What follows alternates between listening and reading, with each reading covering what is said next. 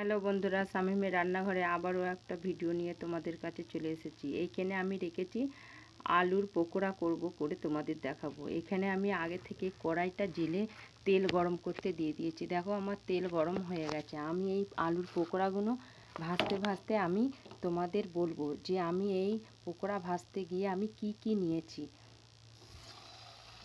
আমি পকোড়াগুলো আমি দিয়ে দিচ্ছি।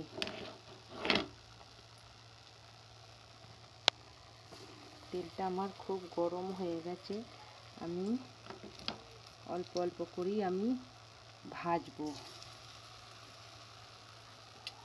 এই দেখো, এইখানে আমি আলুর পকোড়া করতে গিয়ে প্রথমে আমি 4 থেকে 5টা আলু সেদ্ধ করে নিয়েছি।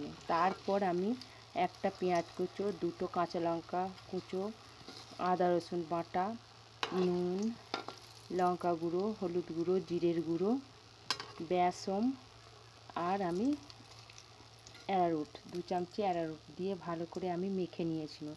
আগে থেকে মেখে রেখে দিয়েছিলাম। আর এইভাবে আমি এই উপকরণটা দিয়ে আমি এই আলুর পকোড়াগুলো বানিয়ে নিচ্ছি। তোমরা এই ভিডিওটা দেখে এইভাবে তোমরা আলুর পকোড়াগুলো ভেজে নিয়ে খেয়ে কমেন্ট করে জানাবে কেমন হয়েছে। বন্ধুরা দেখো, এইভাবে পকোড়াগুলো আমি ভালো করে নেড়েচেড়ে ভেজে নেব।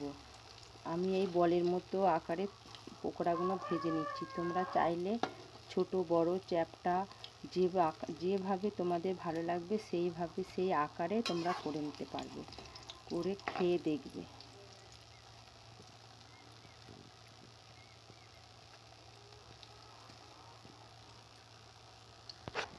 আমার সব পকোড়াগুলো এইভাবে ভাজা হয়ে গেছে। এবার আমি তোমাদের নামিয়ে দেখাবো। আমি আগে থেকে গ্যাসটা বন্ধ করে দিই।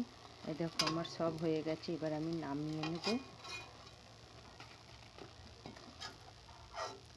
নামিয়ে এবার তোমাদের দেখাবো।